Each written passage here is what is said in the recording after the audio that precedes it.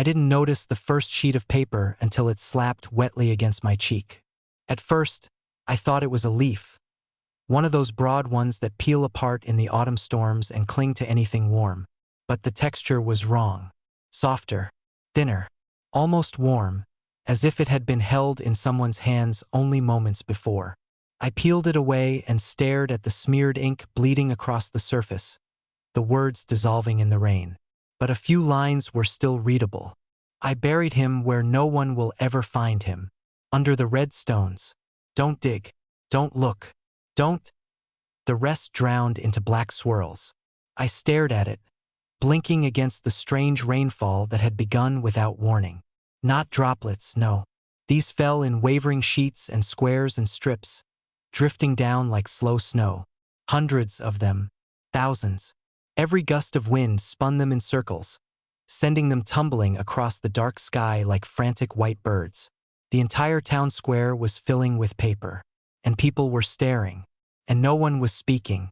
For a second, I thought I was dreaming. Paper doesn't fall from the sky. A hidden airplane, maybe? A prank? Some new kind of publicity stunt? But this wasn't confetti or printed flyers. These were personal notes. Handwriting, messy pencil strokes, frantic pen marks. Every one I could see was unique. I lifted my head toward the sky. More pages drifted downward. So many that they overlapped and tangled midair, tearing and fluttering apart. The clouds overhead were a uniform gray, thick and heavy. But they weren't clouds. They were darker than that. Something was stirring behind them, pushing, like hands pressing against the underside of a paper-thin veil. The hairs on the back of my neck lifted. Someone near me finally broke the silence. Mrs. Alden, the elderly florist who always smelled faintly of lavender and wilt, crumpled a sheet in her trembling hands and whispered, This is my handwriting." Then she began to cry. A man beside her dropped the papers he was holding as if they burned him. He backed away, shaking his head. "No, I never wrote this. I never told anyone this."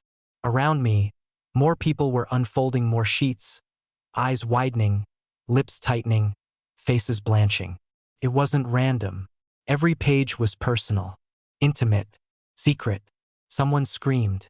I turned just in time to see a woman clutching her face, shaking violently, clutching 3 wet pages against her chest as if they were daggers. Who told them? Who told them? I never said it out loud. Her husband tried to pull her away, but she shoved him back with a strength that seemed impossible for her small frame. I looked again at the page in my hand. The words, blurred and half erased, made my stomach twist. Buried him. Red stones. Don't dig. This wasn't mine. I had never written anything like this, but someone had. Someone close enough that the ink still smelled fresh. A cold prickle crawled down my spine. A new sheet landed on the toe of my shoe. This one was crisp, barely touched by the rain. I bent to pick it up. My name was written at the top. Not printed. Written. In my own handwriting. A jagged shock cut through my ribs. No. I dropped into a crouch, my fingers trembling as I smoothed the sheet open. The strokes of the letters were unmistakable. Slanted, narrow, faint pressure at the ends. I always wrote like I was afraid of pressing too hard. I recognized every curve, but I didn't recognize the words beneath. I know the rain is coming for me. I know it knows. I hear it whispering behind the ceiling. I pretend I don't, but I hear everything. My breath hitched. I hadn't written this. I would remember something like this. I should remember something like this. But the handwriting was mine. More pages thudded softly against the pavement around me. Each impact made me flinch. My pulse throbbed in my throat. The air felt thicker, the sky lower. The papers were falling faster now, like a storm that had been waiting for a signal. The town had been silent at first, but now the square was swelling with noise. Shouts, sobs, arguments. People running, people chasing after drifting sheets with their names scrawled across the top. People tearing papers apart before anyone else could see them. Secrets that had never been spoken aloud lay plastered across the ground like an accusing carpet. My stomach churned as a sudden, nauseating realization hit me. This wasn't just about the town. The sky was getting darker, and I felt something watching. A hand closed around my arm. I jerked back instinctively, but it was only Daniel. Only Daniel. Except, something was wrong even in his face. His eyes were too wide, his jaw clenched too tightly. His hair, usually neat and combed back for work, stuck to his forehead in wet strings. His shirt was soaked through, but that wasn't what made my breath stutter. He had 3 pages clutched against his chest, pages he clearly did not want me to see. "Come with me," he said hoarsely. "We have to get inside. Daniel, now." The urgency in his voice made my heart race. I let him pull me away from the square, through the chaos, through the masses of people kneeling in puddles of secret ink. The rain of paper grew thicker, heavier, until we were pushing through curtains of it, brushing aside wet sheets that slapped against our faces, our arms, our legs. Some of them stuck to my clothes. I refused to look at them. The first rule formed quietly in my mind, unspoken but absolute. Don't read anything with your name on it. I could feel Daniel shaking beside me as we hurried down the street.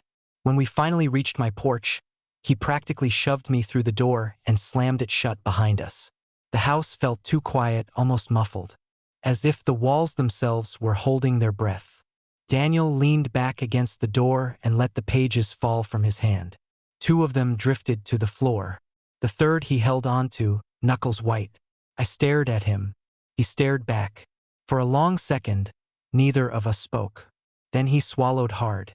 "I got one," he whispered. My throat tightened. "What do you mean?" "A paper," he said, his voice cracking. "About me. But everyone got one." "No," he shook his head violently. "No, this one wasn't a secret. It wasn't something I wrote. It wasn't even something I thought. It was something I haven't done yet." My skin went cold. "What?" He lifted the remaining page with trembling fingers. His name was written at the top. The sentence beneath it was short, terrifyingly simple. "I will hurt her. I won't be able to stop myself." The room tilted. My heartbeat thudded unsteadily against my ribs. "Daniel, I don't know what it means," he whispered. "I don't know why I would never." But he was backing away from me now, as if he didn't trust himself, as if the paper did. I tried to speak, but before I could form a word, something rustled overhead. We both froze. The ceiling creaked, soft, slow, deliberate, like something pacing above us. Daniel's eyes snapped upward. Mine followed. There were no footsteps, only the whisper of shifting paper. Daniel and I stood perfectly still, listening to the faint rustling above our heads. It didn't sound like footsteps. It sounded lighter, softer, like the brushing of fingertips across stacks of parchment. A slow, deliberate shuffling, as if someone, or something, were reorganizing papers in my attic. Except I hadn't been up there in years.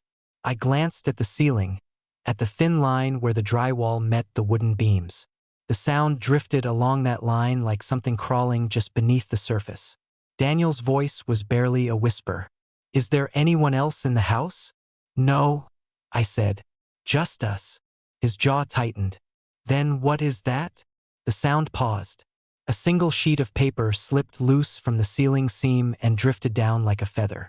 Daniel and I both stepped back as it floated between us, spinning slowly until it landed on the floor, face up. Neither of us wanted to touch it, but the words were visible even from where we stood. My name written at the top, and beneath it the sentence, "I heard it last night, but I pretended it was the wind." A shiver knifed through me. Daniel looked at me sharply. "Did you hear anything?" I opened my mouth, closed it, because the truth, the real truth, was lodged somewhere deep in me like a splinter I didn't want to pull free. Last night I had heard something. I'd been lying awake, staring at the dark ceiling, unable to sleep for reasons I couldn't explain. The night had been still, too still, and then I'd heard a faint sound, like paper sliding across wood, but I hadn't moved. I'd convinced myself it was branches scraping the roof or the settling of the old house. Something human, something safe. I don't know, I lied. Daniel searched my face. I avoided his eyes. The ceiling rustled again. This time, several sheets fluttered loose, drifting down like snow.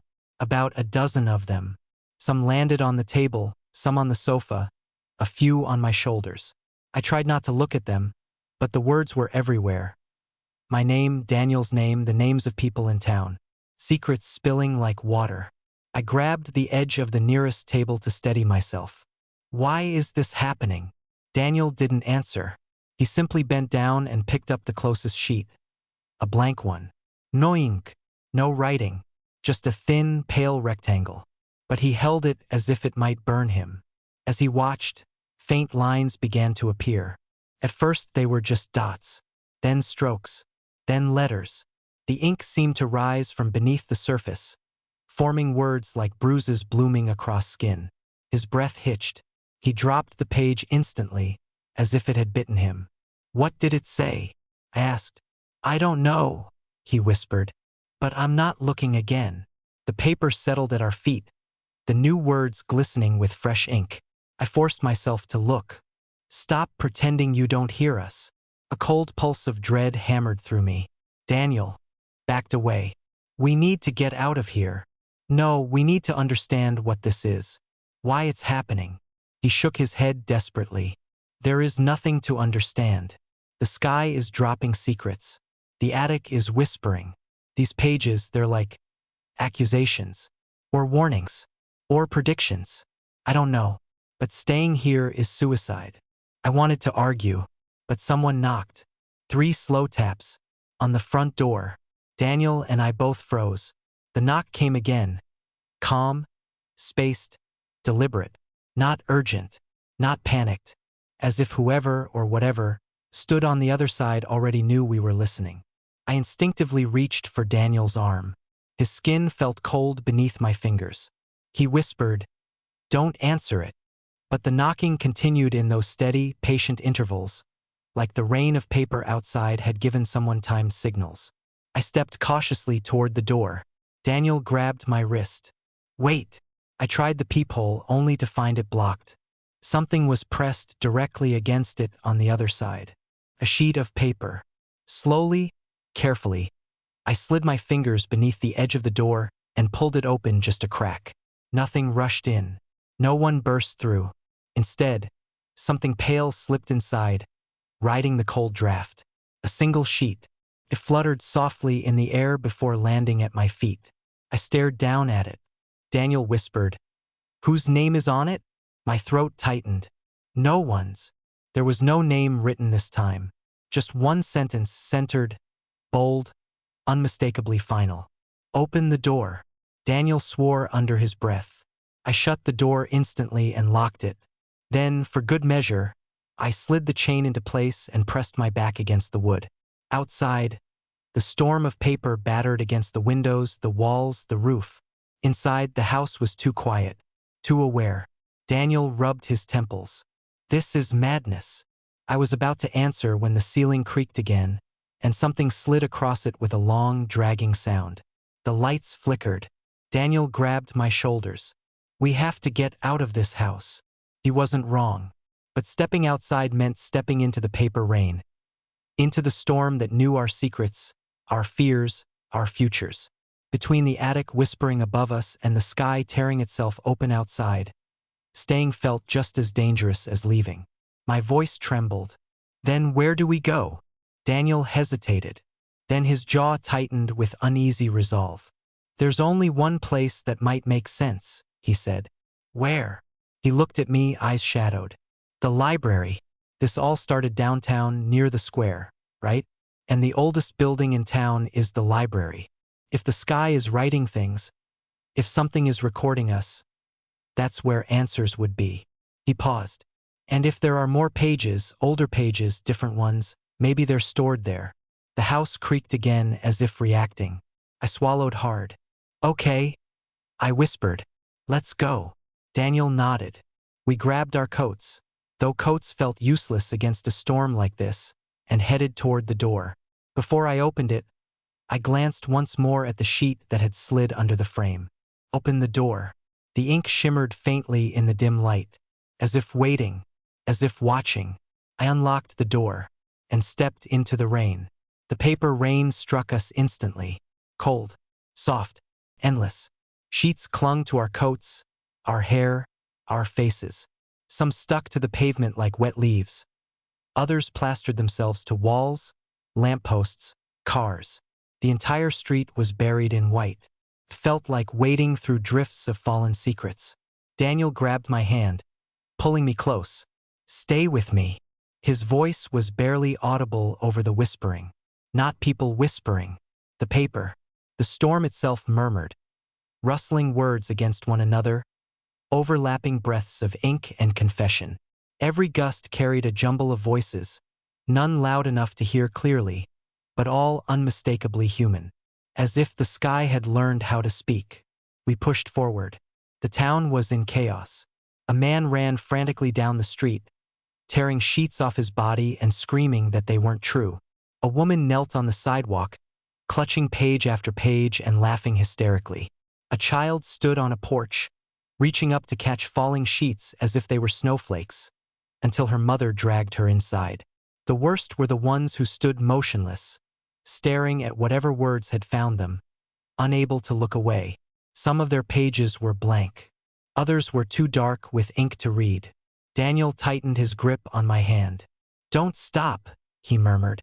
But it was hard. The paper pulled at our ankles. The whispers pressed against our ears.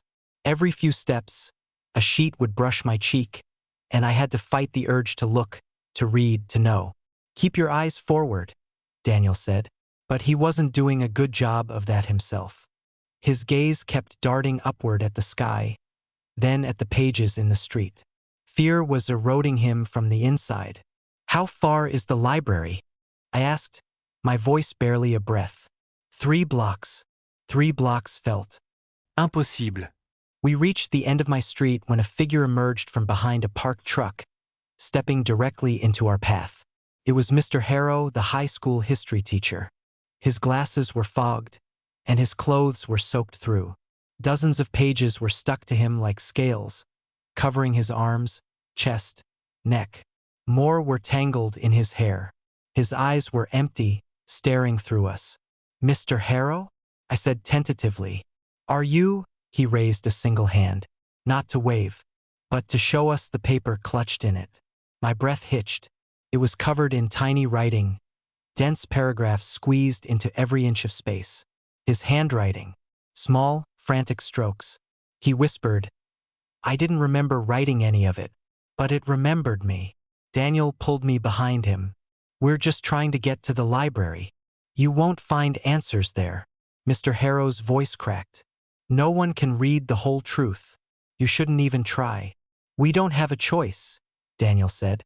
"You do," the teacher replied. "Turn back. Hide. Rip the pages before they settle. Pretend none of this is happening." That's the only thing that kept me sane. He took one shaky step toward us. A dozen sheets fell from his shoulders like feathers. "But I looked," he whispered. "I read too much." Daniel stepped back. Mr. Harrow's eyes twitched, and his face twisted into something between terror and awe. "It knows us," he said. "It knows every sin, every thought, every future mistake. It writes them down because it remembers everything we try to forget." Another page peeled itself from his back, drifting down between us. Daniel started to move around him, keeping me close. But as we tried to pass, Mr. Harrow grabbed my arm. His grip was cold, too cold. "Don't go," he whispered. "The library is worse. I've seen what's buried there." "Let me go," I said, trying to pull back. His fingers tightened. Daniel stepped between us, prying Harrow's hand from my skin. "We don't want trouble." "You already have trouble," Mr. Harrow said softly. He looked up at the sky as more sheets rained down around him. His expression hollowed. "It's not done writing." He released us abruptly and stumbled backward, clutching the overfilled sheet against his chest as if it were a shield. Daniel pulled me away quickly. We hurried down the block, putting distance between us and the teacher. My heart pounded unevenly. What did he mean? "It's not done writing"? Daniel didn't look at me. I think it means there's more to come. The library came into view as we turned the next corner, its old stone facade barely visible behind curtains of falling paper. The tall, arched windows glowed faintly from within. The building looked alive, breathing, waiting. As we approached, a gust of wind whipped around the entrance, sending a vortex of pages spinning upward. The air hummed with ink and whispering. Daniel stopped at the bottom of the steps. "We don't have to go in," he said, but his voice said he knew we would. I took a shaky breath. "We need to understand." He nodded once, defeated. We climbed the steps, pushing through the thick drift of papers gathered at the doors. My fingers trembled as I gripped the handle. Turned easily. The library was unlocked. We stepped inside. The moment the door closed behind us, the paper rain went silent, like the storm belonged only to the outside world. Inside, the library was dimly lit, the air heavy with the scent of old books and something else. Something faintly metallic, like dried ink mixed with blood. Rows of shelves stretched into the shadows.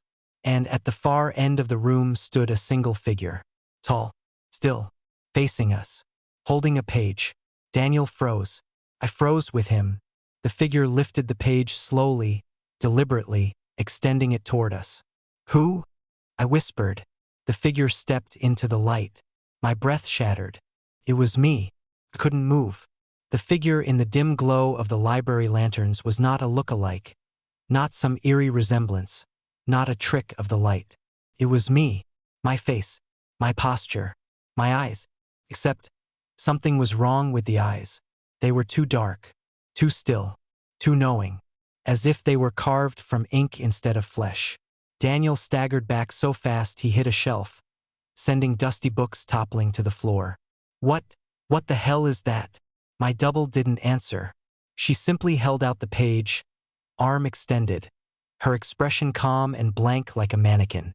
A sheet of paper fluttered loose from her sleeve. Another slipped from her hair. My skin crawled. She was made of paper, a husk of folded pages, stacked and pressed into the shape of a human. Thin layers shifting each time she moved, as if her body rustled with every breath, though she didn't seem to breathe at all. The page she held toward me trembled slightly. Daniel whispered, barely audible, "Don't take it." But my hand moved on its own. Some part of me needed to know. Some part of me feared not knowing more. I reached out, fingers shaking, and grasped the sheet. The paper. Girl, my paper reflection, let go immediately.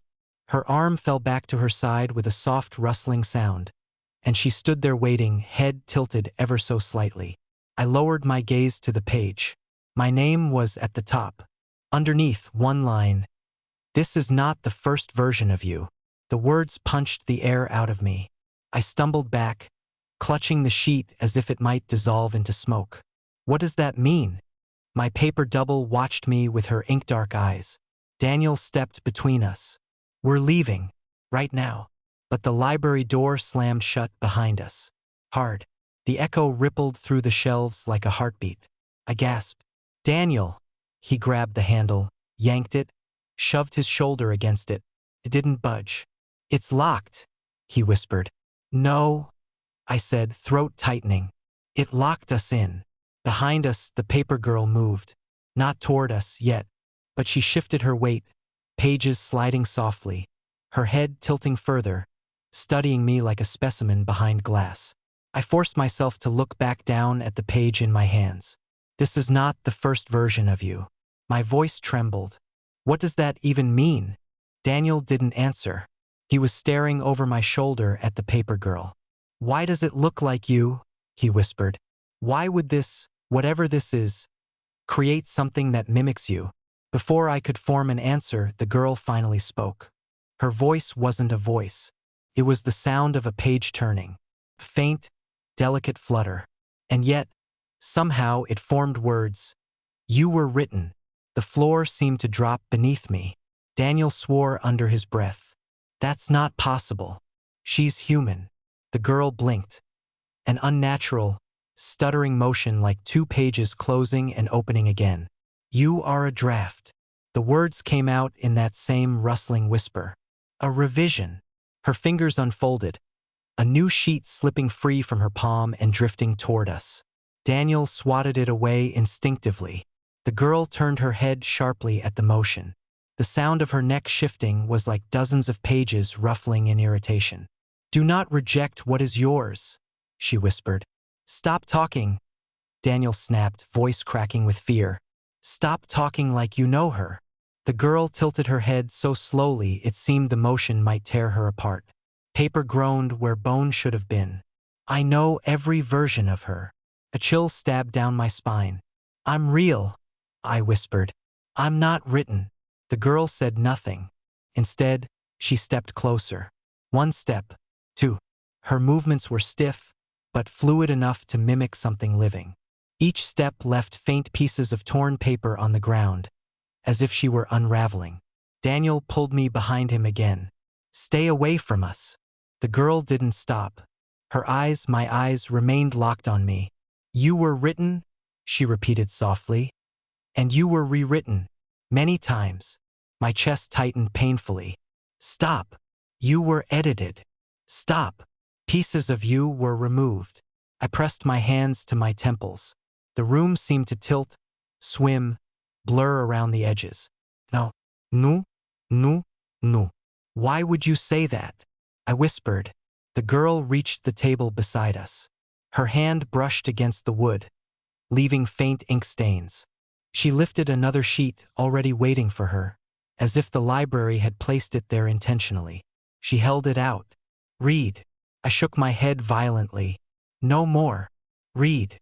Her tone sharpened, not angry, but absolute. Daniel steadied me. "Don't look at it." But I already knew I would. Some force stronger than fear pulled my gaze down toward the page. I took it with trembling fingers. My name again. Underneath. "The memories you trust are not your own." My breath caught. This isn't real. It can't be." Daniel grabbed the corners of the page and ripped it in half. The ink bled as the paper tore, spilling like black veins across his hands. The paper girl screamed, a sound like 1,000 pages shredding at once. High, piercing, wrong. Books toppled from shelves. Loose sheets exploded upward in a cyclone around us. The lanterns flickered, shadows stretching unnaturally across the walls. Daniel staggered back, hands over his ears. I dropped to my knees, the shriek drilling needles into my skull. When it finally stopped, the same crushing silence filled the library again. The paper girl stood trembling, her form flickering, some pages sticking out at impossible angles. "You break what is yours," she whispered. Daniel swallowed, his voice shaking. "Stay away." Her dark gaze drifted to him. "You should have let her read." "She doesn't belong to you," he spat. The girl tilted her head once more. "She belongs to the rain." I froze. My pulse stilled. "What?" I whispered. "What does that mean?" The girl slowly lifted her hand toward the back of the library, the restricted archives section. The area no one was allowed to enter without permission. The air around that doorway seemed darker, choked with drifting sheets. "The first pages," the girl said softly. "The earliest versions. The drafts before the town existed. Before you existed." A deep, low creaking echoed from the darkness beyond the doorway. Something shifting. Something waking. The girl's paper skin rippled. "They are waiting." Daniel stepped closer to me. "We're not going in there." I swallowed. He was right. But something deep inside me, something I didn't understand, was already pulling toward that shadowed doorway, like a string tied around my ribs, like memory, like recognition. I whispered, "I think I've been here before." Daniel shook his head. "You haven't." "I would know. You'd know." The paper girl smiled faintly, a small, sharp, knowing smile. "She has." My heartbeat rattled against my ribs like it was trying to claw its way out. Daniel turned to me, his face pale. "Don't listen to it, her, whatever that thing is. You haven't been here before. You would have told me." But the moment he said it, I felt a pulse of wrongness ripple through me. A sensation like déjà vu sharpened into something stronger. Something dense and heavy, flashing bright behind my eyes. For a split second, the library shifted. Not physically, but in memory. Except it wasn't a memory I recognized. The shadowed doorway at the back of the library flickered. Just once. With an image I didn't understand. My own hands pushing the archive door open. A smell like old rain. Pages breathing. A voice whispering rewrite. I staggered, clutching the edge of a table. Daniel grabbed my arm, steadying me. Hey, look at me. You're okay. You haven't been here. But I wasn't sure. The paper girl watched me quietly, head tilted in a way that felt almost sympathetic. The pages keep what you lose. Daniel snapped. Shut up. The girl didn't. Do you think secrets fall from the sky only once? She asked softly. Do you think this storm is new? Daniel pulled me back, away from her. We're leaving. We can't. I murmured, barely hearing myself. Daniel, what if she's right? He froze. I wasn't sure why I said it. I wasn't sure why it felt true. My mind was a maze, half of it illuminated, half smothered in shadows. Gaps, holes where something familiar should have been. What if the reason I don't remember being in the archives, I whispered, is because someone erased it from me? The girl nodded slowly, the pages that made up her neck stretching and shifting like layered cloth. Every version forgets, she said. That is the rule. Daniel clenched his fists. There are no versions of her. The paper girl's eyes, my eyes, darkened. You are wrong. She stepped backward, dissolving slightly at the edges, as if retreating into the deeper dimness of the library. You were written, she murmured, but you can still choose. If you go into the archives, you will see. If you do not, the rain will finish the story for you. Daniel looked at me, desperate. Do not let her get in your head. But she already had. The pull toward the archive door grew stronger, like a magnet tugging at a piece of metal buried in my chest. I forced myself to take a breath. Daniel, what if the pages out there aren't just secrets? What if they're corrections? He stared at me like he didn't know who I was. Don't say that. If the sky is rewriting us, editing us, then maybe this has happened before. Maybe it happens until the story is good enough. Daniel stepped closer, cupping my face with his cold hands. You are real.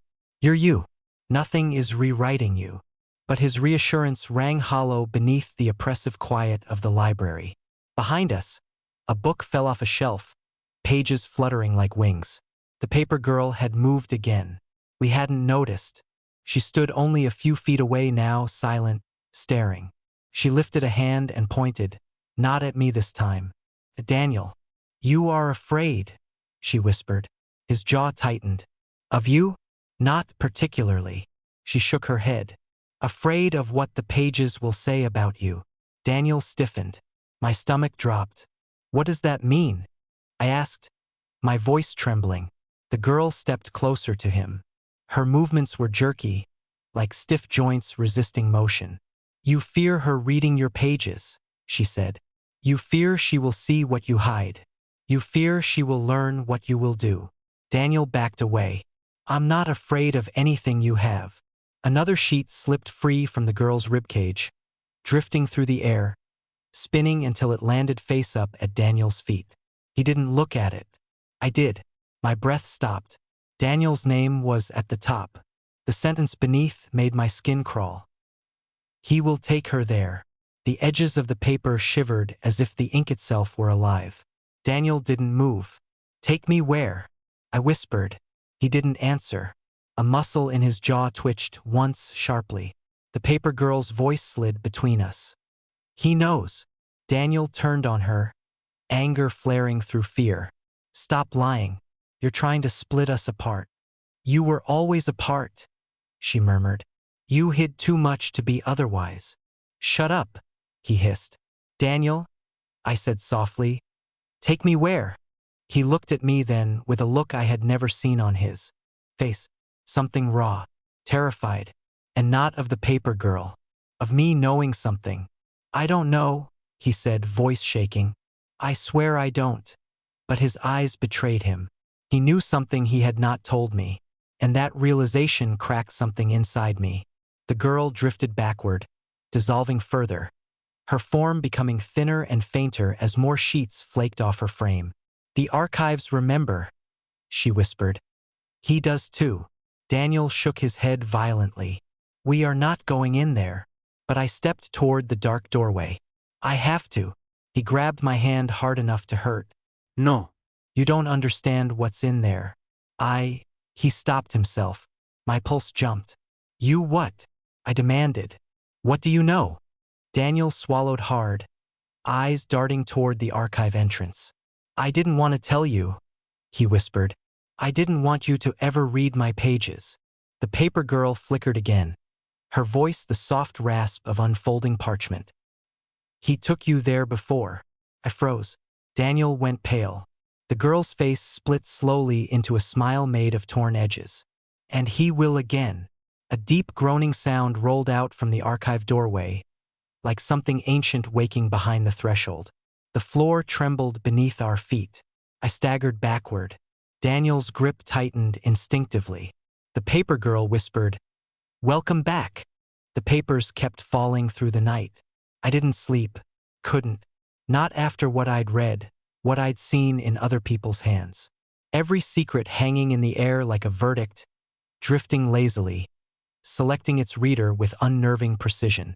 Even now, hours later, more sheets kept fluttering against the windows of my house, tapping like insistent fingers. By morning, the streets were ankle-deep in confessions. Some people had tried sweeping them away, but the papers refused to be destroyed. I watched Mrs. Lenton drag an entire bucket of them to a fire pit and light a match. The flames rose high, greedy, and instantly died out. Not weakened, snuffed, as if the fire itself was afraid of touching the truth. She had stared into the ashes that weren't ashes and collapsed onto her porch. Others tried water, tearing, cutting, but nothing worked. The papers remained pristine, untouched, invincible. It was as if the secrets themselves protected the medium that carried them. I stepped outside and immediately one sheet slid across my shoe. I recognized the handwriting before I even picked it up. It was mine, but not one I had read before. I bent down, heart hammering, and lifted the paper. Only a few words decorated the center, written in my own loops and slants. "You lied about what you saw that night." My breath stopped. Another sheet drifted past, twirling. Then another, all with my handwriting, all blank except for the one I held. I had been careful. I had buried that night like a body. I had never told a soul. And yet the paper rain knew. Of course it did. It knew everything. I folded the sheet, though folding felt pointless, and shoved it into my jacket pocket. Across the street, someone screamed. I bolted toward the sound. It was coming from the middle of the road, where a group of neighbors had gathered in a trembling circle. They parted slightly as I approached, their faces ghost-white, eyes refusing to blink. "What happened?" I asked. They didn't answer. They couldn't, maybe. I pushed through and froze. A man was lying on the pavement, his arms rigid at his sides, eyes wide open. His chest wasn't rising. His lips were parted but not breathing. Around him, papers were stuck to his skin, like vines, like clinging fingers. They pulsed slightly with each breeze. Someone whispered, "He read too many." But that wasn't what killed him. I knew it. The moment I saw the look etched into his face, I felt the truth sink like a stone in my gut. He had read one paper in particular, one that broke him. I crouched beside him. The crowd murmured anxiously behind me. A single loose sheet rested on the man's chest, as if placed there intentionally. I reached for it, hesitating only for a moment. The handwriting was familiar, not his. I recognized the looping curves instantly. It was his wife's. "I never loved you. Not once." I let out a breath that didn't feel like mine. So that was how this worked. Not all secrets were world-ending, but some were, and those were lethal in the wrong hands. Or the right ones, maybe. Someone grabbed my arm. I turned. It was Meryl Thornwood, the same woman who had been watching me from behind her curtains the previous night. Today she was out on the street, hair tangled and eyes swollen. "You," she hissed softly, "you're the reason this is happening." My throat tightened. What? Why would you think that? Her grip tightened. Because the rain started right after you came back. Right after you returned to this town. You think we don't remember what happened? You think we don't know you ran away from something? I pulled my arm free. Everyone has secrets here. Not just me. Yes, she whispered, stepping closer, her breath shaky. But yours is the one that woke the sky. Isterte her. She believed it. Fully. Go home, Meryl, I said quietly. She shook her head, trembling. You can't bury it again. The rain won't let you. Her voice cracked, and she stumbled away, clutching her own papers like a shield. I turned back toward my house, pulse rapid. But when I reached my door, something was taped to it. A single sheet, crisp, white, waiting. I peeled it off. Same handwriting. Mine. Stop pretending. Tell the truth about what you saw in the woods. A cold sweat slid down my spine. The papers weren't just revealing secrets. They were demanding them. And somewhere in the distance, thunder growled. Not like storm thunder, but like something tearing itself open. Because the sky was getting heavier again. Ready to rain another batch. And I knew the next fall would be worse. Much worse. The second wave began before noon. Slow at first, scattered sheets drifting like lazy birds. And then suddenly the sky opened fully, unleashing a torrent of white. People screamed and rushed indoors, but it made no difference. The papers slipped under doors, wriggled through window cracks, slid down chimneys. They wanted to be read. They sought the hands they belonged to. I slammed my door shut, but a sheet had already followed me inside, spiraling to the floor at my feet. This one wasn't mine. The handwriting was small, shaky. I recognized it immediately. My father's. A sour taste filled my mouth. My father had been gone nearly 8 years. Gone not dead, not missing. Gone in the sense that he'd walked out of the house one morning and simply never returned. No note. No explanation. No trace. I picked up the paper. Only 5 words sat in the center. I know what you did. The room tilted. Couldn't be. The rain couldn't reach him. Wherever he was, whatever life he'd carved out in some distant corner, the sky here couldn't know his secrets. Unless he was closer than I thought. A knock sounded, sudden and sharp, startling me so violently the paper nearly slipped from my hand. I froze. Another knock. Louder. I crept toward the door, each step dragging like my feet were shackled. Through the peephole, the distorted outline of someone stood on my porch, rain plastering their clothes to their body. I couldn't see their face clearly. Open up, a voice called. My heart stopped. I knew that voice. I unlatched the door and pulled it open. Meryl Thornwood stood there, soaked, her hair stuck to her face. Her eyes were wide with panic, pupils trembling. You need to come, she breathed. Now. What happened? She shook her head. No time. Just come. You told me not even an hour ago that all this was my fault. That was before, she said, voice cracking. Before I saw. Before I read. Damn it, just come with me. I hesitated. Then another sheet of paper floated down between us like an omen. It landed face up on the porch. Meryl gasped, stepping away as if it were a snake. I bent down. The handwriting was beautiful, ornate. Nothing like mine or hers. But I'd seen it before. Old-fashioned cursive. Bold, sweeping strokes. My father used to write his grocery lists like that. Even his handwriting felt like a performance. The note read, "You're running out of time." The wind caught the edges, lifting them gently as if beckoning me. Meryl grabbed my sleeve. Please, they're reading them. All of them. Even the ones that aren't theirs. What? She shook her head frantically. The kids. Teenagers. They're gathering them. They think it's a game. They think they're invincible because the secrets aren't about them. But they don't understand. Some truths aren't meant to be touched. A chill crawled down my neck. Where are they? I asked. At the old mill, she said. They're tearing open the piles the wind pushed inside. They're reading out loud, laughing, passing papers around. The old mill stood at the edge of town, abandoned decades ago after a collapse killed 3 workers. It was a place kids went to dare each other, not a place for anyone who valued their life or their sanity. I stepped out into the rain, ignoring how quickly the papers clung to me. Meryl followed. As we started down the street, more sheets plastered themselves against the asphalt, against fences, against our legs. They whispered softly as we passed, words shifting, letters curling, as if reacting to our presence. And beneath that, faint but unmistakable, another sound drifted through the air. Voices, young voices, laughing, reading, screaming. We both stopped, because the screaming didn't sound playful. It sounded like someone's throat was tearing open from the inside. Meryl's breath hitched. Oh God! We ran. The closer we got to the mill, the thicker the papers became, knee-deep now, forcing us to wade through them as if we were pushing through snow.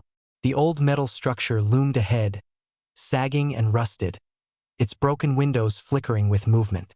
Inside, shadows darted, and the screaming didn't stop. When we reached the entrance, a boy stumbled out. His face was streaked with tears, his hands covering his ears. Papers clung to his arms like leeches, wrapped around him in spiraling bands. Don't look, he cried. Don't read them. Don't listen. He tripped and fell into the paper drift, thrashing. I reached to pull him up, and saw the paper stuck to his forehead. Not written in his handwriting, but written about him. 2 words, she knows. The boy convulsed at the sight of my face, like he expected me to be someone else. Leave me alone, he shrieked, scrambling backward. I'm not, I began, but he didn't wait. He bolted down the street, slipping and sliding through the paper storm, vanishing around a corner. Meryl clutched my arm. We need to get inside. I nodded. We stepped through the doorway into the mill. The moment we crossed the threshold, the air changed, felt thicker, heavier, like it had weight. The interior was dim, lit only by the pale light filtering through broken windows. Papers swirled in slow, spiraling motions, like they were orbiting something unseen. We heard whispering, not from people, from the papers themselves.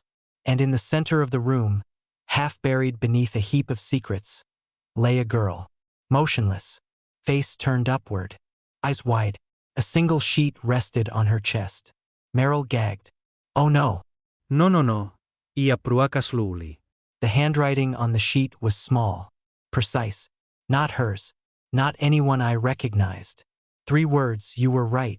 The girl's lips were parted. Something dark stained the corner of her mouth, like ink leaking out. But her expression was one of horror. Complete, soul-crushing horror. Meryl whispered. What was she right about? I stared at the note, at the girl, at the swirling papers. I don't know, I said, but I did. Somewhere deep inside, I knew exactly what she had been right about, and the truth of it pressed against me like a pair of unseen hands. Behind us, something shifted. A shadow stretched across the wall. Long, thin. Familiar. My blood froze. Meryl saw my face and whispered, What is it? Slowly, I turned. A figure stood in the far corner. Silent. Still. Watching. A man I hadn't seen in 8 years. My father. And in his hands he held a stack of papers. My papers. He looked exactly the same. Not older. Not thinner. Not changed in the slightest. As if the last 8 years hadn't touched him at all. He didn't blink. Didn't breathe. Didn't move. Just stood there, clutching a stack of pristine white sheets. Each one with my handwriting. Each one pulsing faintly like a heartbeat made of paper and ink. My own breath stuttered in my throat. Meryl didn't recognize him.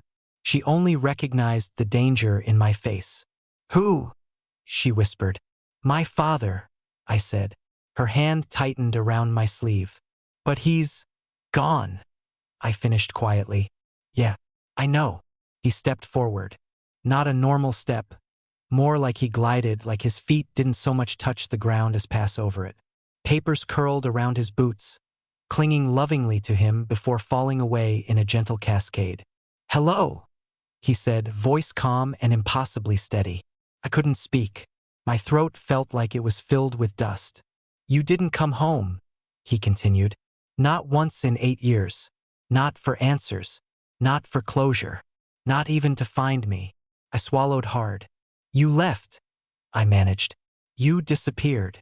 He tilted his head, studying me like a specimen. Did I?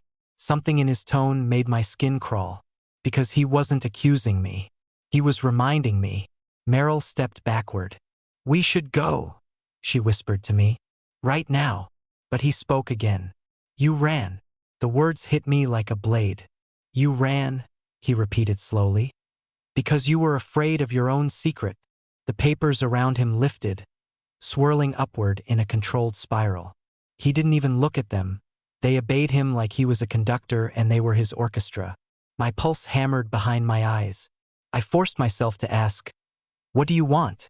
His smile was small but sharp. To finish what you started. Meryl tugged at my arm. We have to get out of here, she whispered, voice trembling. But I couldn't move. Not while his eyes pinned me to the spot. He extended one of the sheets toward me. This belongs to you. The paper floated the rest of the way, landing in my hands without him taking another step. My handwriting stared back at me, words I had never written. Not by hand, anyway. You let him die. My stomach clenched so violently I nearly dropped the page. Meryl's breath hitched. W.H. who? Who died? My father lowered his gaze. Tell her. No, y whisperat. You have to, he said evenly. Or the rain will do it for you. The mill groaned around us, metal beams shifting like ribs inside a giant creature inhaling sharply. Wind surged through the broken windows, carrying with it a fresh wave of papers that danced around the room in frantic spirals. Some brushed against my face. Others wrapped gently around my wrists, as if urging me, coaxing me to speak. Meryl backed away from both of us. What is he talking about? The words burned in my throat. Images clawed up from the dark place I'd buried them. The woods, the lantern light, the boy, the screaming. No, not yet, not now. I crumpled the page in my fist, even though I knew it would unfold perfectly smooth the moment I let go. You're not real, I said to him. You're just another thing the rain made. His smile widened. Is that what you think? He stepped closer. Meryl gasped and stumbled backward into a rusted beam. He looked at her now for the first time. Do you know what he did? He asked her. Stop, I hissed. Do you know, he repeated calmly, what your neighbor has been hiding from this town? From you? From himself. Meryl stared at me, eyes wet and terrified. What is he talking about? What did you do? The truth pressed against my teeth like a scream. No, I said again, voice shaking. Please, don't do this. My father raised his hand, and every piece of paper in the mill froze midair, suspended, waiting. You can't run from this, he said softly. Tell the truth. The suspended papers began to whisper in unison, 1,000 shifting voices merging into one impossible chorus. TLLTHETRUTH. TLLTHETRUTH. Tell the truth. I clamped my hands over my ears, but it didn't help. They were inside my skull. Meryl screamed. The lights, though there were none, seemed to flicker. The entire mill shuddered as if something massive was waking beneath the floor. My father's voice sliced through the noise. Tell her what happened to the boy in the woods. My chest tightened until I couldn't inhale. My vision blurred around the edges, because I remembered every second. I remembered the boy's face. I remembered the moment everything went wrong. I remembered the secret that destroyed my life. And the papers. My own secrets written by the sky itself, rustled impatiently around me. Meryl's voice broke through the roar. What boy? I opened my mouth. The truth clawed its way forward. And then, a sudden crack split the air as part of the mill's ceiling collapsed, sending a tidal wave of metal shrapnel and papers crashing down. The floor buckled beneath us. The world tilted. I fell into darkness, into memory, into the secret I had spent 8 years trying to forget. Darkness swallowed me whole. Not unconsciousness. Memory. Raw. undiluted, unforgiving. The woods rose around me, the same way they had that night. Tall pines bending inward like the ribs of a colossal beast. The air smelled of wet earth and lantern oil. My feet crunched over fallen needles. I knew exactly where I was, and I knew who I would find. A younger version of myself ran through the trees ahead, breathless, clutching a flickering lantern. The light bobbed erratically, throwing shadows that darted like living things. Panic radiated off him, off me, in palpable waves. I followed him deeper into the memory, powerless to stop it. Wait, I whispered to my younger self. Stop, don't do it. But he couldn't hear me. He was trapped in the past, doomed to replay what happened whether I watched or not. Ahead, he stumbled into a clearing. And there, standing with his back to us, was the boy, thin, pale, shivering. His name was Owen Hartley. He had gone missing 3 days later. Everyone assumed he'd run away, but he hadn't. He had been here, with me. Owen, my younger self gasped, voice cracking. You shouldn't be out here. Owen turned. His eyes were red from crying. His cheeks were streaked with mud. He held a crumpled piece of paper in both trembling hands. A secret, not his. Mine. Even before he spoke, I remembered the words on that paper. Words I'd written in a journal months earlier. Words never meant for anyone else. He held it up, voice trembling. I know what you did. My younger self lunged toward him. Please just give it back. You weren't supposed to see that. I didn't mean. But Owen stepped backward, right to the edge of the ravine. No, he whispered. No one else should ever know. I remembered the exact moment the lantern light hit his eyes. The look he gave me, fear, pity, maybe even understanding before the ground crumbled. I remembered the sound, the soft, sickening thud. Owen fell silently. My younger self screamed. He scrambled to the edge, staring down into the dark hollow below. His voice collapsed into sobs. He called Owen's name over and over. No answer came. I'll get help, he choked out. I'll get someone. But he didn't. He ran. He ran so fast his lungs almost burst. He ran past the edge of sanity and into denial. He ran away from the ravine, from Owen, from the truth. And he kept running for 8 years. I fell to my knees as the memory dissolved, shards of guilt cutting through me like glass. A voice echoed through the collapsing vision. You let him die, my father's voice, and beneath it the hiss of the paper chorus. When the world snapped back into existence, I was lying on the mill floor. Dust hung thick in the air. Metal beams groaned. The structure was moments from total collapse. My chest heaved as I clawed at my throat, desperate for air. Meryl knelt beside me, shaking my shoulders. What did you see? What happened? Before I could answer, the papers that had fallen with the ceiling rose again, like they were lifted by invisible hands. My father stood only a few feet away, unharmed, surrounded by a vortex of swirling sheets. He looked down at me with something almost like pity. You finally remembered, he said. I didn't push him, I choked out. I didn't touch him. No, he agreed. You didn't, but you still left him there, alone. Meryl covered her mouth. Oh my God.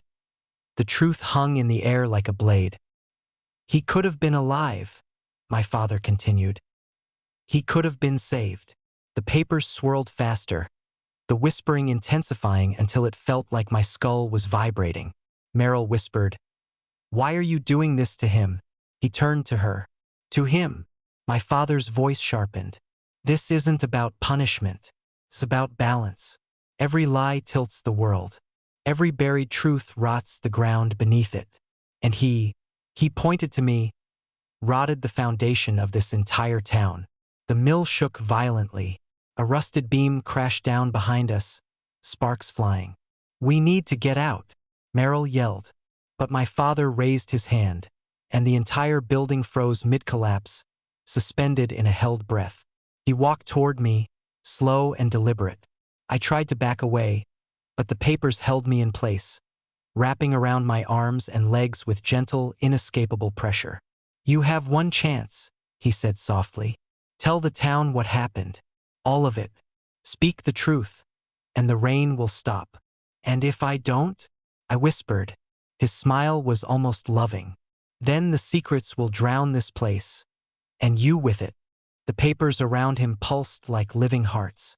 You must choose, he said, before the sky chooses for you. A crack thundered overhead. Loud. Unnatural. The sky outside began to glow. Not with lightning. With more paper. So much paper the horizon turned white. Meryl grabbed my arm. We have to run. I stared at my father. At the swirling secrets. At the truth I had buried for 8 years. I knew what I had to do. But knowing it and surviving it were two different things. I stood. The papers around me tightened, sensing my decision. My father's eyes glowed faintly. Speak, he said. I opened my mouth, and the world shook as the third and deadliest wave of paper rain crashed down on the town. The sound of the third wave hitting the earth was unlike anything I had ever heard.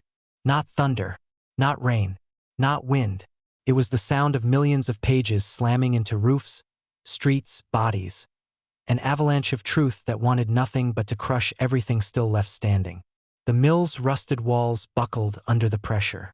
Sheets blasted through the shattered windows like razor-edged birds.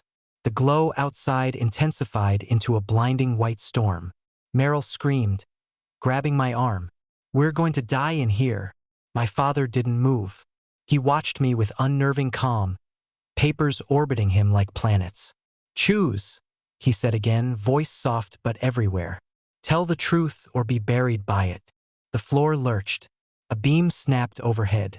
I pushed myself toward the open doorway, stumbling over broken metal and rising drifts of paper. Meryl stayed close, choking on dust and panic. But the doorway wasn't open anymore.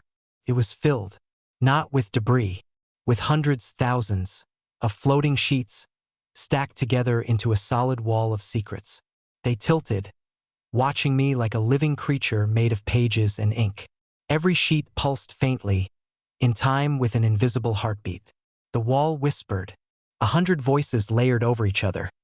T-H-E-T-R-U-T-H-W-A-I-T-S, T-R-U-T-H-O-R-D-T-H, T-L-L-I-T. Meryl clawed at her ears. Make it stop, please. I reached for her. We need to get out before this whole place falls in. My father stepped forward, gaze steady. You won't make it 10 feet outside unless you speak.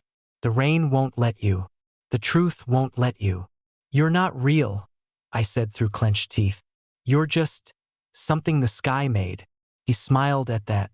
No, he said softly. I'm the part of you that couldn't run anymore.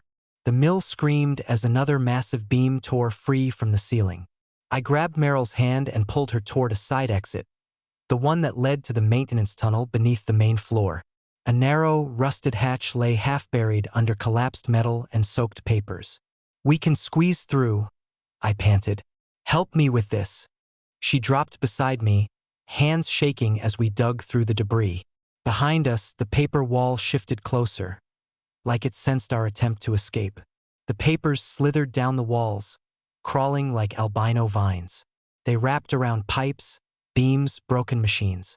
Pages whispered as they pressed closer and closer. My father didn't stop us. He simply watched, almost curious. The hatch finally came loose with a metallic shriek. A cold blast of air swept up from the darkness below. Meryl started lowering herself inside. Then her eyes widened. She screamed. Something yanked her downward. Meryl! I lunged, grabbing her wrist just before she vanished. The force pulling at her was impossibly strong. She twisted, kicking against the invisible grip, dragging her deeper into the tunnel. I can't, she choked. It's something's. The papers around us surged, tightening. The whispering grew louder. My father's voice rose over it. Truth, he said calmly, is not optional. I braced my feet against the floor, pulling with everything I had. Meryl's fingers slipped. Her nails scraped against my skin. Don't let me go, she sobbed. Please, don't let me go. The hatch exploded outward as a plume of paper shot upward, like a geyser made of secrets. trying to swallow her whole. My arms burned. My muscles screamed. She was being pulled into a sea of pages. Pages that wanted witnesses. Pages that wanted confession. Pages that wanted to punish those who helped hide the truth. Couldn't lose her. She would die like the boy, Owen. His name hit me like a fist to the chest. Stop! I roared. Everything froze. The papers halted midair. The vortex above us paused. Even the force dragging Meryl went still, as if the entire storm was listening. My father watched me with cold satisfaction. Then speak, he whispered. Speak it. Meryl gasped, still half swallowed by the hatch. What? My mouth felt full of iron. But the town was dying. Meryl was dying. And I had run from this for 8 years. I couldn't run anymore. I left him, I said, the words ripping out like a wound opening. Owen Hartley fell and I ran. I ran instead of getting help. I left him there. The mill inhaled sharply. The papers listened. I was scared. The confession spilled faster now, unstoppable. I was afraid of what people would think. I was afraid they'd blame me, so I lied to everyone. I pretended I didn't know anything. I let them think he ran away. My father stepped closer, eyes glowing faintly. Say it, he urged. I let him die. I screamed. The building trembled, then went silent. Completely, utterly, silent.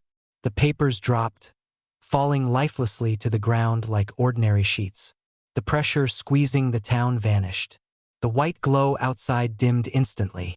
The force dragging Meryl evaporated, and she collapsed fully into my arms, sobbing.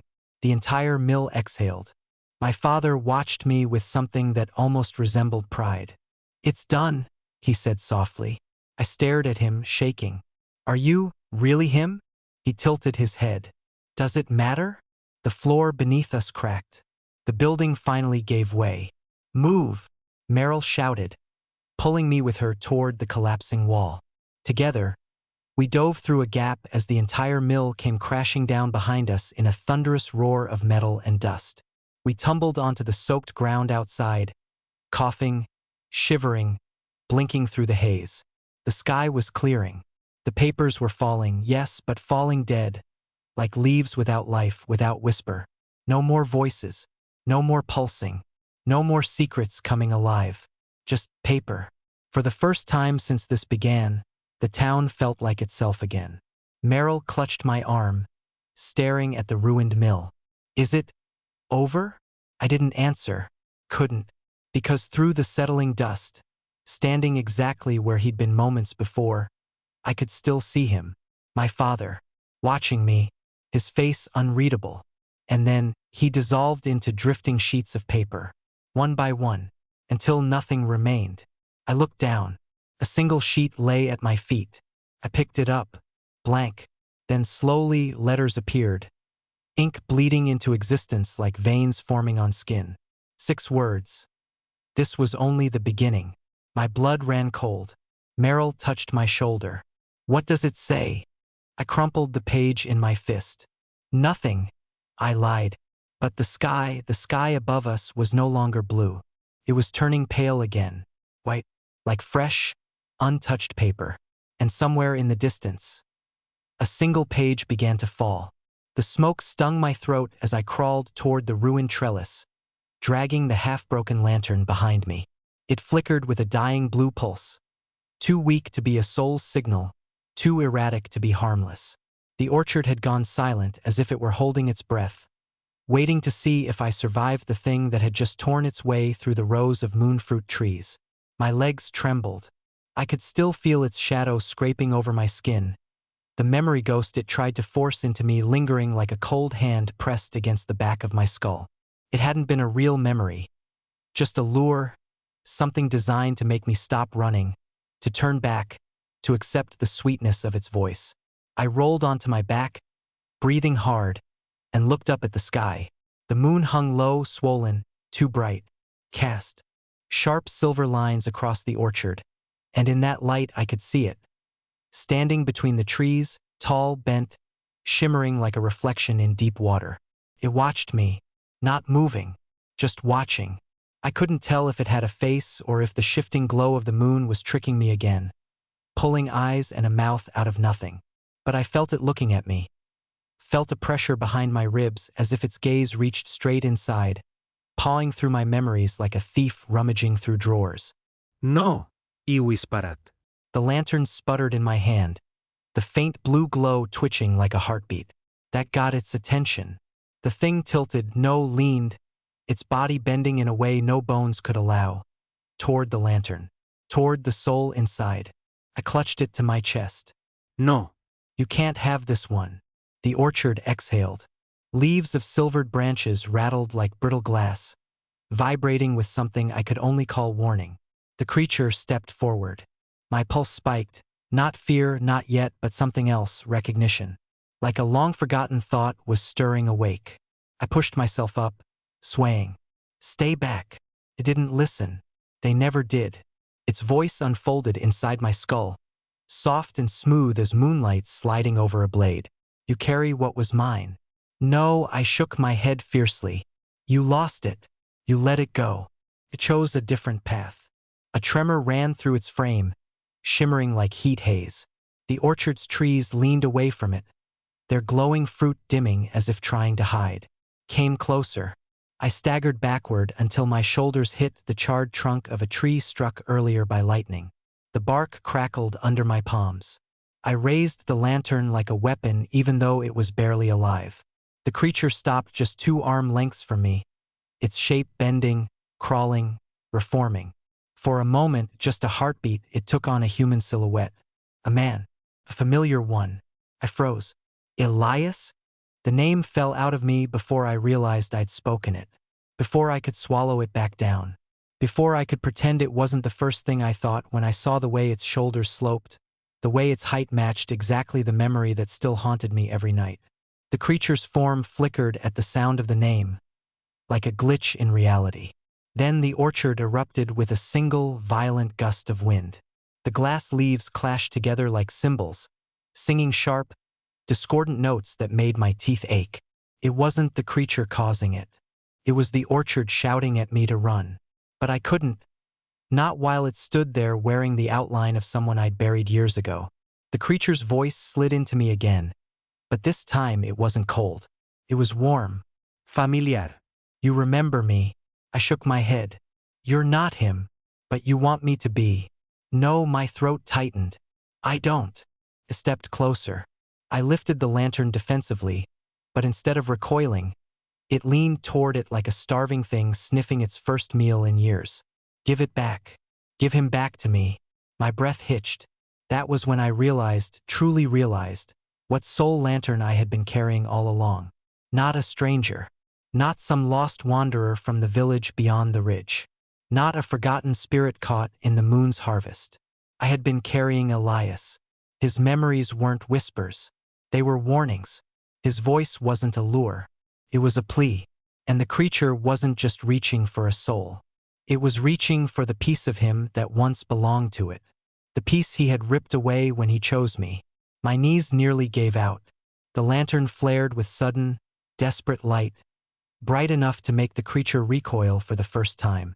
It shrieked in silence, a sound I only felt in the cavities of my bones. I clutched the lantern tighter and forced myself to stand straight. No, I said, stronger this time. You can't have him. The orchard fell still. The creature froze. Then every moonfruit on every tree ignited at once with blinding silver light, casting long, sharp shadows that curled and twisted like chains around the creature's limbs. Thrashed, contorting, warping, trying to pull itself free. I didn't wait. I ran.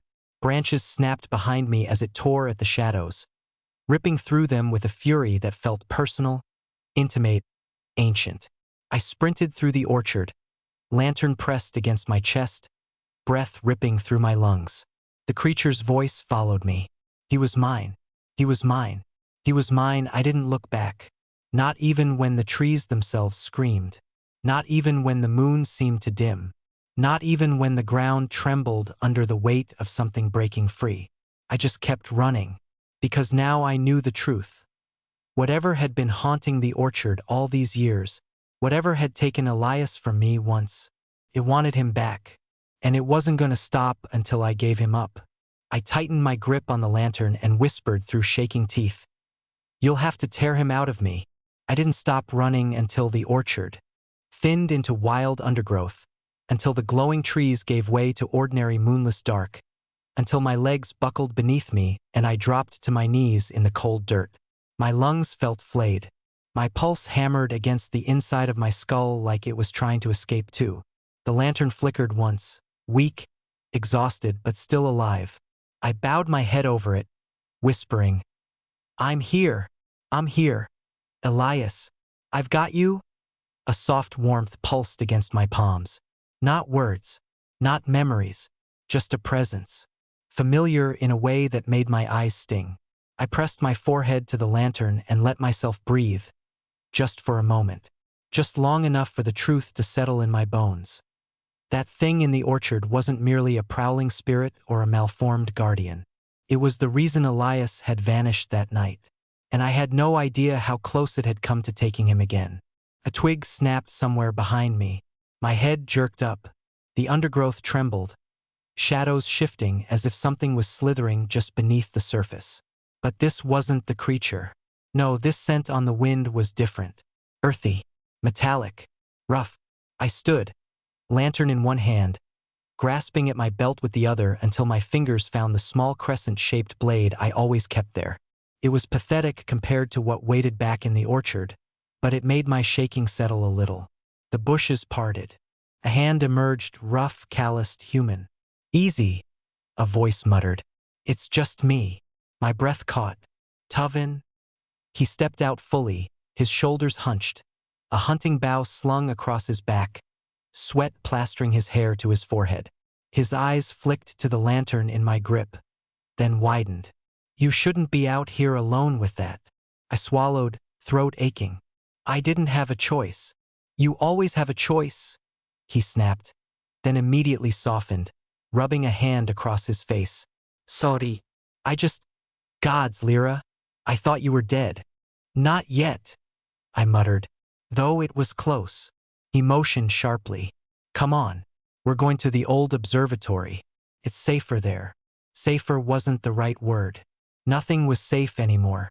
But the observatory was far from the moonfruit groves. Far from where the orchard's influence grew thickest. Far from it. We began moving through the brush, Tuvin taking the lead, cutting through vines and low branches with swift, practiced motions. After a few minutes, he spoke again, low but intense. "Did you see it?" "I did." "What did it look like this time?" I hesitated. I could lie. Tuvin wasn't ready for the truth. Not the version that wore a human outline. Not the one shaped like the man I had loved. But lying to him had never ended well. "It looked like Elias," I whispered. Tuvin froze mid-step. His shoulders stiffened. His fingers curled around the branch he was holding until his knuckles went pale. He didn't turn around. Finally, he said, "You know that's not real." "I know. You know it's trying to trick you." "I know. It isn't him." I swallowed the burn in my throat. "I know, Tuvin." He let the branch fall. "Good. Because I can't watch you lose yourself to that thing again." His words hit harder than the creature's voice had. He kept walking faster, as if afraid I'd see the tremor he was trying to hide. We reached the edge of the woods, where the observatory's silhouette emerged on a hilltop. An old dome cracked but not collapsed, metal ribs glinting in the moonlight. It once held scholars and stargazers. Now it held people like us, those who had tasted the orchard's memories and survived or half-survived. As we approached, a faint orange glow flickered through one of the broken windows. Someone inside had lit a fire. Tuvin stopped suddenly and caught my arm. "Before we go in," he murmured, "I need to ask you something." His voice had shifted, low, cautious, tight. I turned toward him. "What?" He nodded at the lantern. "Has it spoken to you yet?" A cold line crawled down my spine. "Not in words." "That's not what I asked." I tightened my grip on the lantern.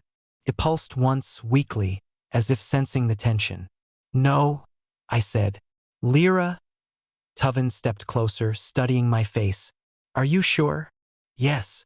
It was the truth. Because the voice that whispered wasn't the lantern's.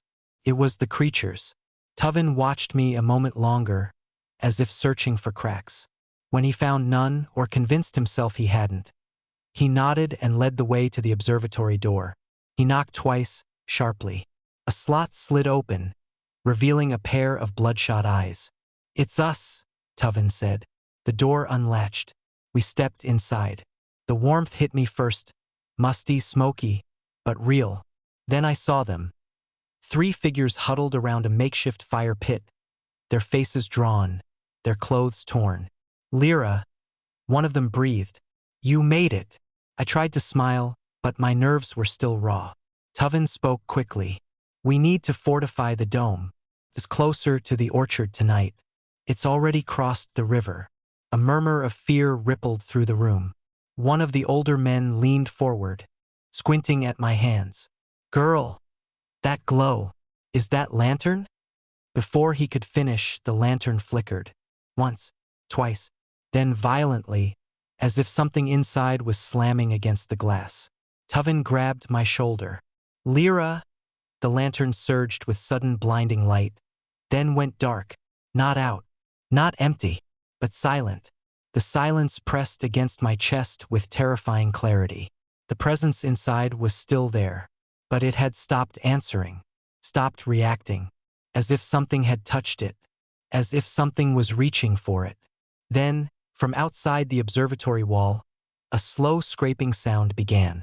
It dragged across the cracked stone like claws pulling through bone. Everyone in the room froze. Tuvin's hand slid to his bow. My heartbeat stuttered. The scraping stopped, and a voice, thin and sharp as broken glass, whispered from just beyond the wall. "You cannot hide him from me." The voice outside the observatory wall slid through the stone like cold water seeping into my bones. "You cannot hide him from me." The fire crackled weakly, its light shivering across the cracked dome. No one moved. No one breathed. Even the lantern in my hands seemed to withdraw, dimming itself to a faint ember. Tuvin stepped in front of me, bow raised, though we both knew the creature didn't fear arrows, or doors, or walls. The scraping came again, closer this time, circling slowly, patiently, like a predator savoring the panic of its prey. One of the others whispered, "It followed you." I didn't deny it. The orchard always followed those who tried to leave with stolen memories, especially when the memory belonged to someone it didn't want to let go. Tuvin's jaw clenched. "It wants the lantern." No, iwisparat. "It wants what's inside the lantern." The faint ember pulsed once, soft, warm, like a heartbeat answering mine. "Elias." The fire crackled again. A gust of cold wind pushed through the gaps in the dome, making the flames gutter and roar as the shadows lengthened. The creature's voice returned, this time directly above us, as if sprawled across the dome's broken ribs. "Give him back. He is mine." I stepped backward until my shoulders touched the wall. No, iwisparat. The voice sharpened. "He tasted your sorrow. He tasted your love. He belongs to the orchard now." My throat tightened. He belonged to me first. The dome shuddered. Dust rained down. Tuvin shouted for everyone to move away from the center. A massive crack tore down the side of the observatory, widening as if pried apart by unseen hands. Moonlight spilled through the breach, and in the moonlight, a shape descended. Tall, lithe, almost human, except the proportions were wrong. The limbs too long, the joints bending in ways no bones should. Skin that shimmered like the underside of fruit peels. And the face, gods, the face was worse, because it wore Elias's. Not perfectly, like a portrait that had been submerged in water and redrawn by someone who only half remembered what he looked like. Familiar and wrong, comforting and horrifying all at once. My breath hitched. "There you are," I whispered. Tuvin grabbed my arm. "Lyra, don't." But it was too late. The creature stepped through the crack, its bare feet whispering across the stone floor. Everyone backed away, except me. It tilted its head, watching me with Elias's ruined eyes. "Little thief," it murmured. "Child of the moonless root, you carry what was never yours." The lantern pulsed, faint but desperate, as if pleading. I held it tighter. You took him from me, I said. You took his life, his memories, everything. You can't have what's left. A slow, unnatural smile spread across its face. Elias never smiled like that. He came willingly. The creature stepped closer. He stood beneath my branches and asked for peace. You refused to let him rest. My knees wobbled. The memory jarred loose. Elias beneath the orchard, moonlight in his hair, speaking words I had never clearly heard behind the lantern's glow. The orchard's breath on the wind, his hand slipping from mine. Had he really? No, no. That was the orchard twisting things, manipulating, taking advantage of the cracks in my grief. But doubt is a living thing, and it burrowed fast. The creature saw it, inhaled it, fed on it. He belongs with me. You cling too tightly. Let him go. Lira, tovin vispered urgently. Don't listen. I stepped backward, lantern trembling in my hands. The creature reached out one long, slender hand. Give him to me, and you may walk away from this place alive. Silence stretched thin as wire. Then a pulse. Warm, gentle. From the lantern, a memory unfurled behind my eyes. Soft, foggy, but unmistakably his. Elias laughing at the riverside. Elias holding my wrist when I shook with panic. Elias whispering, I'm not afraid when I'm with you. My breath caught. He wasn't asking to be surrendered. He was asking to be remembered. Even if remembering him hurt. I lifted the lantern to my chest. No, I said. The creature's face cracked, literally splitting. Along a line from temple to jaw, peeling like fruit skin, revealing something slick and pulsing beneath. It screamed. A high, shrill, impossible sound that shattered the remaining glass in the dome. Everyone ducked. Everyone except me. I stepped forward. The creature recoiled as if burned. What are you? I'm done running, I whispered. The lantern flared, not white, not gold, but soft, saturated moonlight, blooming outward in a slow wave. The creature staggered back, its limbs folding wrong, its stolen face dissolving like wet ash. He is mine, it shrieked. No, I said again louder. He is his own, and he chooses to stay. The lantern burst into full brilliance, and the creature dissolved. Its shape collapsed inward, shrinking, unraveling like a thread pulled through fabric. Its body splintered into petals of shadow that evaporated the moment they touched the ground. The scream cut off. Silence swallowed the observatory. Slowly, the lantern dimmed back to a steady silver glow. Tuvin lowered his bow, shaking. Lyra, what did you do? I didn't do it, I whispered. He did. For the first time since that night in the orchard 8 years ago, the warmth inside the lantern felt steady, complete, not like something trapped, but something choosing to stay. I pressed it gently to my chest. Thank you, I whispered, pulsed once. We spent the rest of the night repairing the observatory breach, watching the orchard from afar. The creature did not return. The groves remained still. The moon did not brighten with false memories. For the first time in years, the orchard felt quiet. Tuvin sat beside me near dawn, both of us wrapped in blankets, exhaustion weaving our thoughts together. What will you do now? He asked softly. I looked down at the lantern. Its glow was faint, peaceful, like the last exhale of a dream that didn't hurt anymore. I think, I said, I'll let him rest. Tuvin nodded. And after that? I watched the horizon turn pale with morning. After that, I whispered, I'll finally rest too. The orchard remained silent. And for the first time in a long, long time, so did I.